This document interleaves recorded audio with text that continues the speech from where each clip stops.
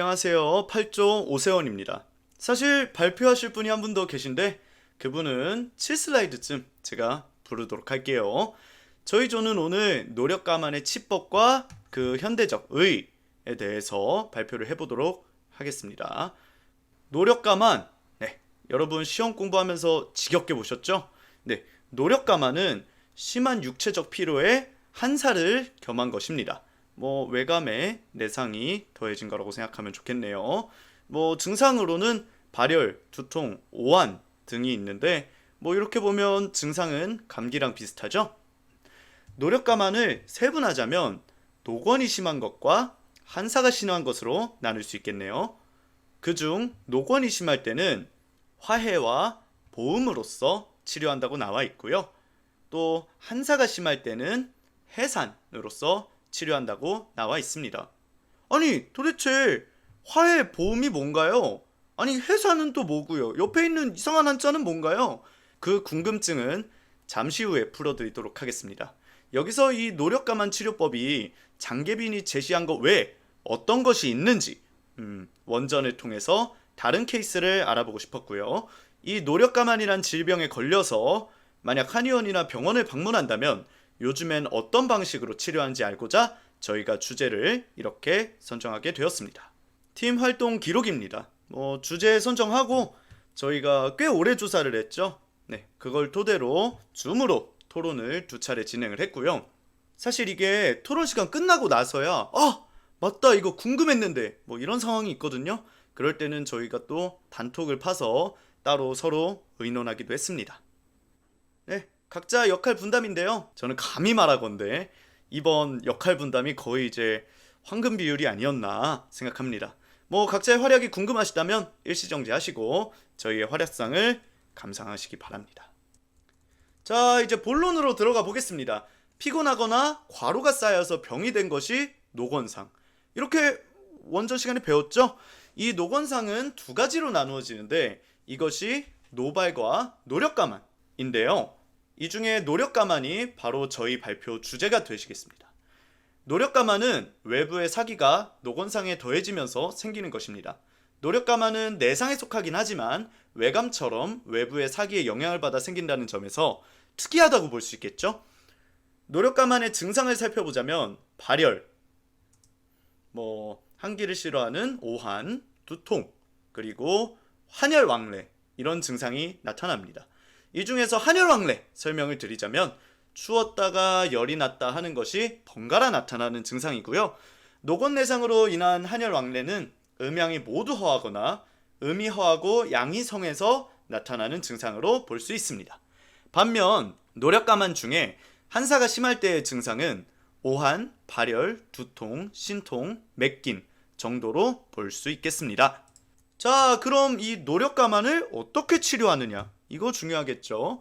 노력가만의 치법을 보시면 한사가 심한지 혹은 노건이 심한지에 따라 나눠볼 수 있습니다. 먼저 노건이 심할 때의 치법은 이동원이 말했던 화해와 장경학이 말했던 보음을 쓸 수 있습니다. 자, 여기서 말하는 화해법이란 사기가 몸의 겉부분에 있다고 하기도 그렇고 그렇다고 몸 안에 있다고 하기도 그런 좀 애매한 상황에서 땀을 내거나 토하게 하거나 설사시키는 등의 치료법을 쓸 수 없을 때 일명 한토화라고 하죠. 그럴 때 쓰는 치법입니다.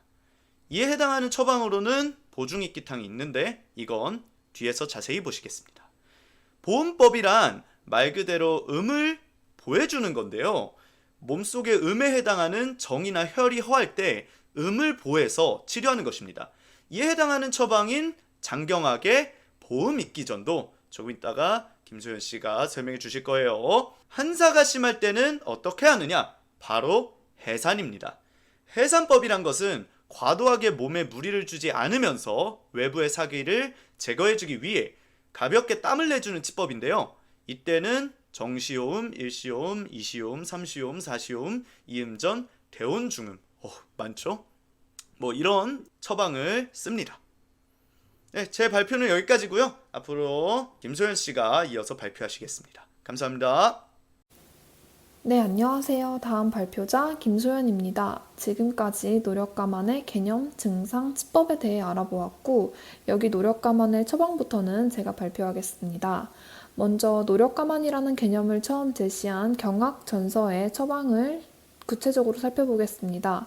첫 번째로 이동원이 만든 보중익기탕이 제시되어 있습니다. 보중익기탕은 인삼, 당귀, 진피, 시오, 감초, 승마, 황기, 백출로 구성된 탕약인데요.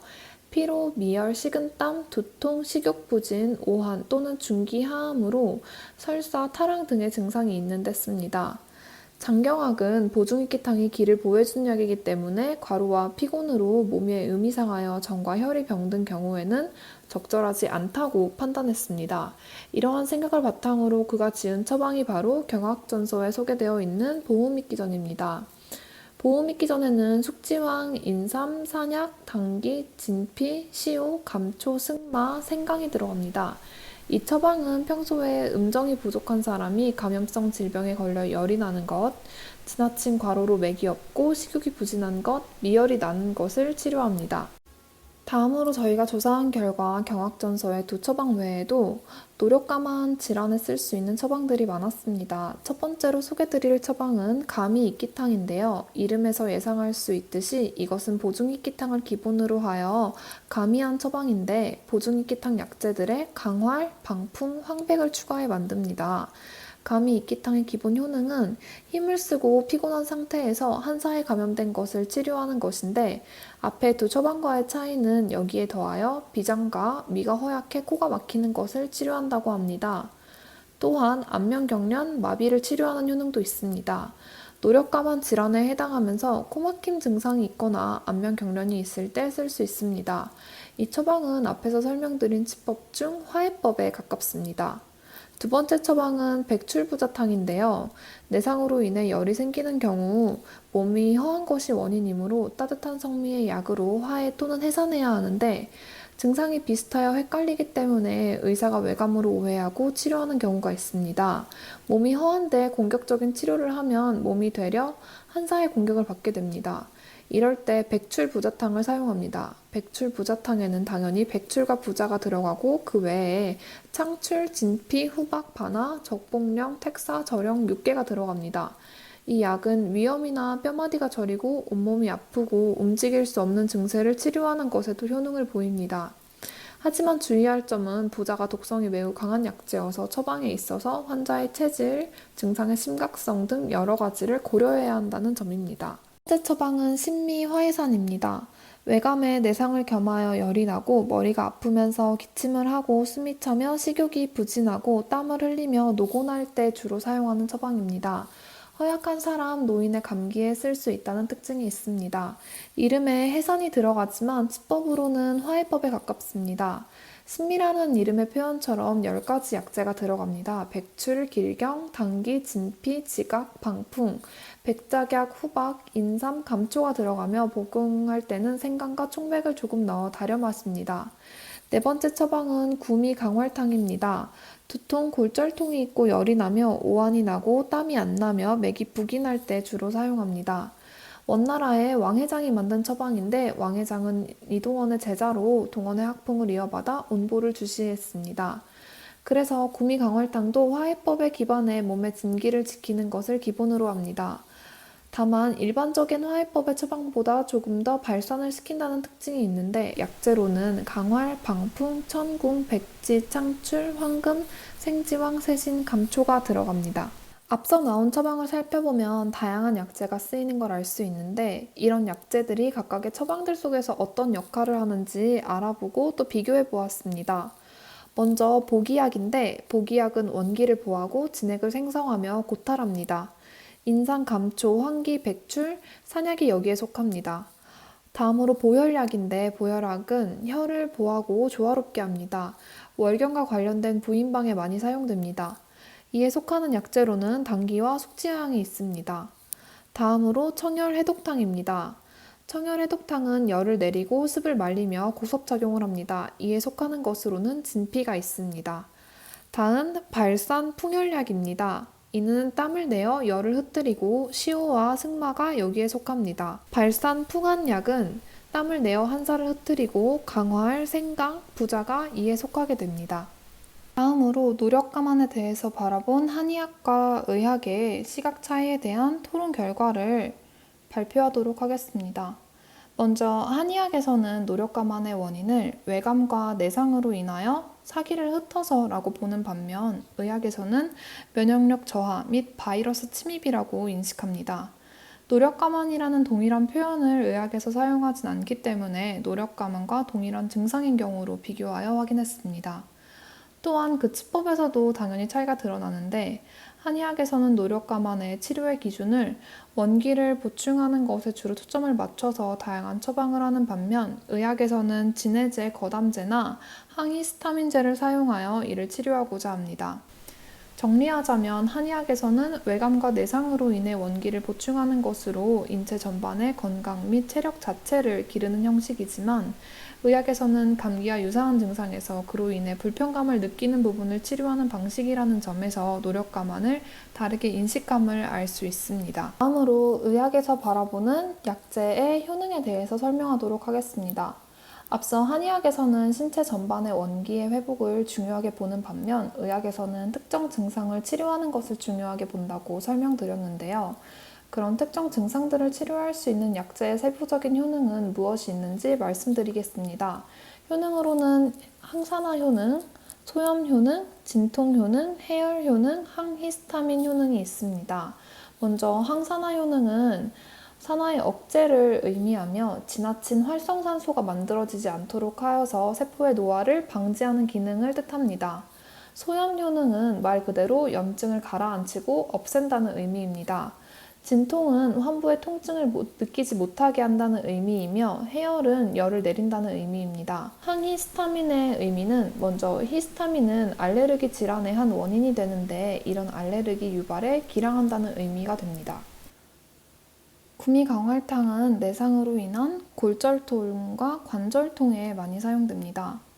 앞에서 본 약재들의 특성을 바탕으로 구미강활탕에 대해 연구한 자료에 따르면 강활과 방풍은 발산지제에 해당하는 약물로 진통 소염제나 항히스타민과 유사한 기능을 한다고 볼 수 있습니다. 또 다른 관점으로는 동의 소재부원을 보면 방풍은 흉격의 풍을 발산하고 인맥을 다스리며 강활은 방광의 진음을 보하고 동맥을 다스립니다. 따라서 구미강활탕은 골절통과 관절통을 치료하는 기능을 가진다는 것을 알 수 있습니다. 설명한 내용을 정리하면서 처방의 현대적 적용에 대해서 살펴보도록 하겠습니다.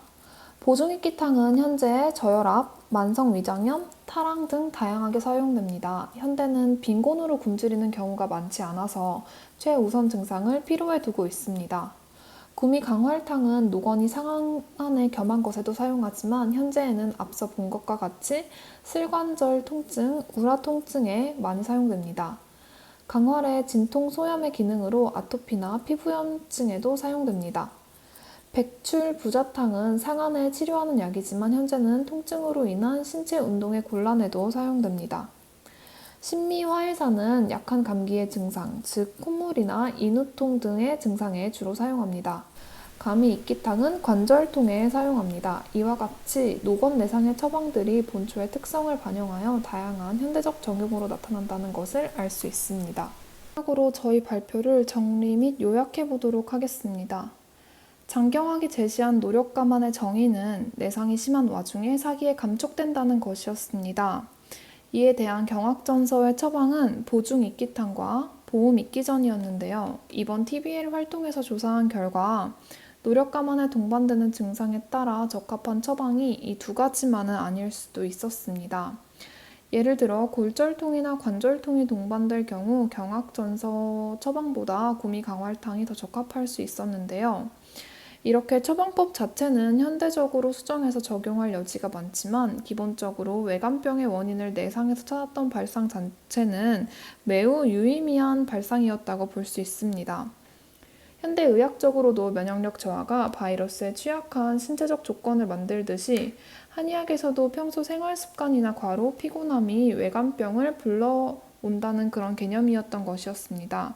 이는 확실히 노력 감안이라는 개념의 현대적 의의라 할 수 있습니다.